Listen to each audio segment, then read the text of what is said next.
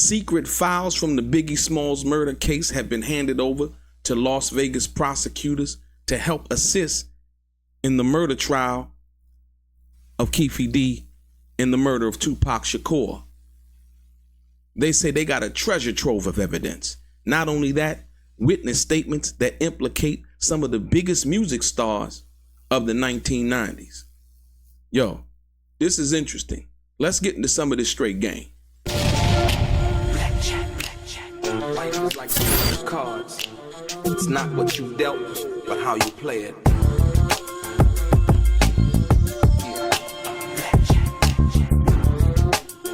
Play each situation correctly.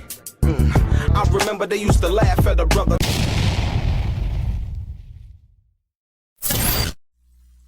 Welcome back, guys. Welcome back. It's your boy DELRAY Richardson, platinum artist, platinum songwriter, Straight Game TV. I thank you for tuning in. I appreciate your time. Do me a favor, click on the thumbs up button, subscribe to the channel, and if you would like to be one of the first people notified when I drop some of this straight game, please do me a favor and click on what appears to be that little bell notification right below this video. I'm gonna get right into it. Ladies and gentlemen, prosecutors have basically come and spoken out, and they say that they have some of the most damning evidence against Keffe D that's going to potentially put him in the penitentiary for the rest of his life.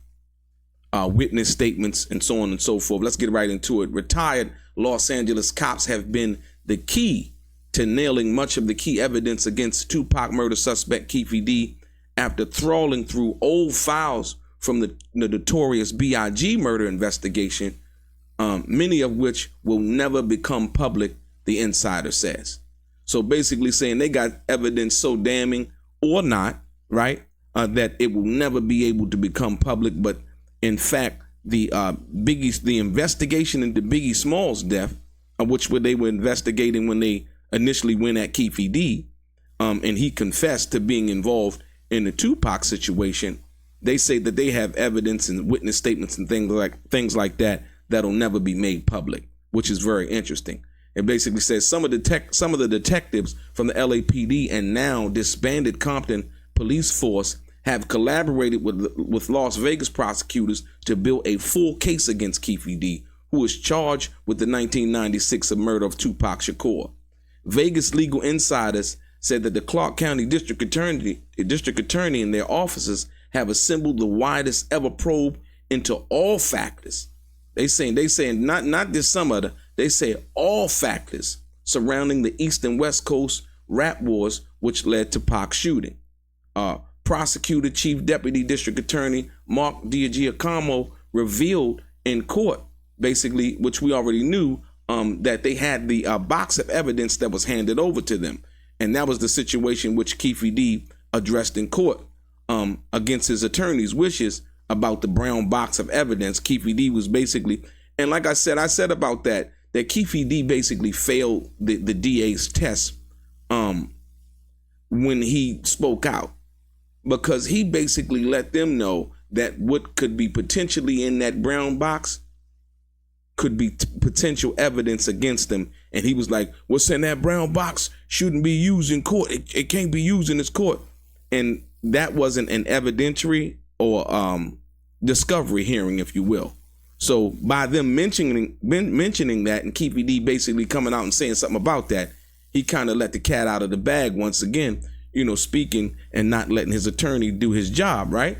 So it says prosecutors, Chief Deputy District Attorney basically revealed that when Keffe D spoke out. DiGiacomo said that discovery included, and that's key, because it wasn't discovery then, but best believe they're going to try to get some of this evidence in for the discovery involving the murder trial involving Keffe D and 2pac, involving 2pac's murder. So now, Giacomo said the discovery included testimony dating back to the late 1997 and a particular witness who had implicated Keffe D before he gave police or media interviews about his role as a shot caller in 2pac's killing.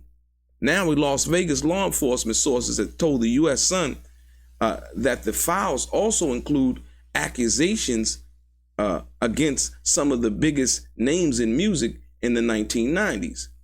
They said without the help of the ex-Los Angeles cops, the case against Keffe D would be less concrete. Their knowledge of evidence, witness statements, and Keffe D's criminal past have prosecutors confident that Keffe D has almost no defense. Wow. So what that also says, there was a lot of people informant or acting as informants back then, that a lot of people didn't know about, hanging with people rolling with their entourage that were working with the police department, basically. And some of those statements that were made at that time by certain people, I think that's another reason why they probably won't never make them public, because of some people's high profile nature in the evidence and the confessions or statements that they might have gave to police, right? It's crazy. The DA's team are set on the biggest ever evidence file relating to 2pac's murder, including paperwork which may never become public. Amazing. So there you go. They basically say they've been sitting on it for years, and it may never become public. They include accusations against some of the biggest names in music from the 1990s. It has been an epic workload, taking over 3 years to assemble and collaborating with retired LAPD officers and mining vaults of evidence, which is still coming out to light almost 30 years from the incident. Broadly, they feel their case strongly outlines a precise trail of evidence confirming Keffe D was a central figure in 2pac's death from witness statements and circumstantial evidence. So like I said, they had a lot of people back then, giving up statements and informants and, cooperators, snitches, or whatever you want to call them back then from that perspective. Legal insiders have revealed that California law enforcement had a full insight. Listen, legal insiders have revealed that California law enforcement had a full insight into the actions and movements of the killer criminal gang who Keffe boasted he led on the quest to shoot 2pac in 1996. However, Los Angeles cops' discoveries were never turned into a full multi-state criminal prosecution. Basically, California had what they had as far as the evidence and what they were investigating, and Las Vegas or Nevada, the state of Nevada, and the police in Las Vegas basically had the evidence they had, and they never got together to basically compare the evidence to try to mount some kind of real case at that particular time. At least they coming out finally and admitting that, basically, you know what I mean? And it says the current Clark County District Attorney's Office has spent 3 years liaising with former cops to bring in as much evidence which they feel will have a significant bearing on the case. Self-confessed Compton gangster Keffe, who has confessed in 2 police interviews, not 1, but 2 police interviews to being the shot caller of the 2pac assassination, has pled not guilty to the murder. How does that help? Confessing in 2 police interviews, not 1, but 2 police interviews. This is going to be a tough case for Keffe D to win, unfortunately. Self-confessed Compton gangster, right, who has confessed in two police interviews to being the shot caller of the 2pac assassination, has pled not guilty to murder. A Vegas legal source told The Sun Los Angeles law enforcement teams had decades of intel following Keffe and his connected criminal associations and an understanding of the key players in those circles, right? The crime was committed in Vegas, but on the ground in Compton, the aftermath played out in gang circles with rival gangs, right? The murder trial is the first time that all the key law enforcement officers across both states have collaborated to deliver a raft of evidence from many years to build a full case. So basically they're saying that they've came together, they've collaborated, and now what they're saying that they have an ironclad, rock solid case involving Keffe D's self-confessed involvement, as well as circumstantial evidence and witness evidence to convict Keffe D to potentially send him to the penitentiary for the rest of his life for the murder of 2pac Shakur. This is what they're saying. They're coming out with it, letting it be known. Keffe's defense, Keffe's defense really have their work cut out to convince a jury of their stance that there's no proof he wasn't in Vegas on the night of the 2pac shooting, and he invented his confessions for fame and fortune. Now, remember in the beginning, people were acting like they knew that it ain't no jury trial, it's a judge trial. That information hadn't even been released. As we see now that it's going to be a jury trial. You know, a lot of people like to think that they know it all and they really connected to things that really don't involve them, that they like to involve themselves in, and speaking without all the information. So there you have it. Like I said, the Keffe's defense really have their work cut out to convince a jury of their stance that there's no proof that he wasn't in Las Vegas on the night of 2pac shooting, and he invented his confessions for fame and fortune. That's Keffe D's defense. He was lying. He went on Vlad because Vlad was paying. He went on the Art of Dialogue because they were paying. You know, I wonder why he gave the two interviews to the two police departments that he was involved in 2pac, because I don't think the police officers was paying nothing. You know what I mean? So why he would go and tell them anything or speak to them about anything in regards to that, it baffles me from that perspective. Basically says there is a confidence from prosecutors that they have the evidence that will nail him. Keffe D. The sources added, the witness list, check this out now. The witness list for the trial is being prepared by the DA. It will feature former officers from the Los Angeles Police and Specialist Division explaining their insight into Keffe D's criminal past, which he boasted about in interviews and his memoir. And now that he's charged with murder, he suddenly denies. So they basically saying that Keffe D confessed to everything on the Vlad interview, the Art of Dialogue interview, and in his book. But now that he's been arrested, he's basically denying it all. He made it all up for fortune and fame. Well, we're going to see how that plays out in front of a jury of his peers. The prosecutor's bail reconsideration motion papers filed last month, obtained by the Sun, reveal how Keffe was an LAPD informant.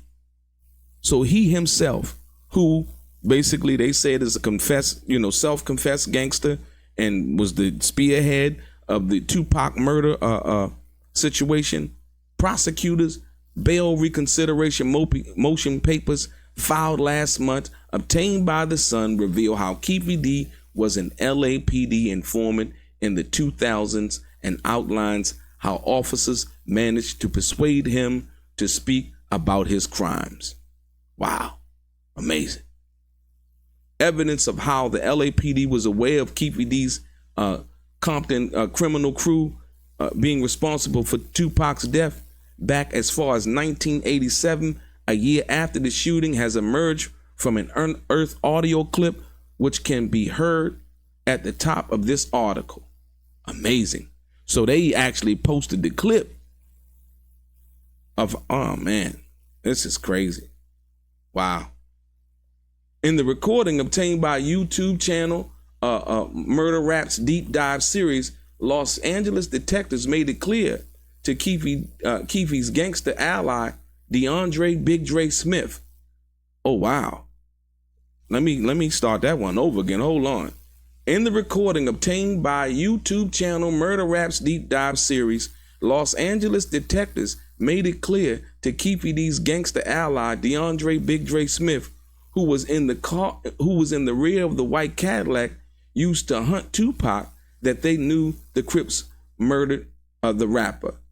An officer on tape told Smith informants claim he fired the deadly shots from the rear of the passenger seat.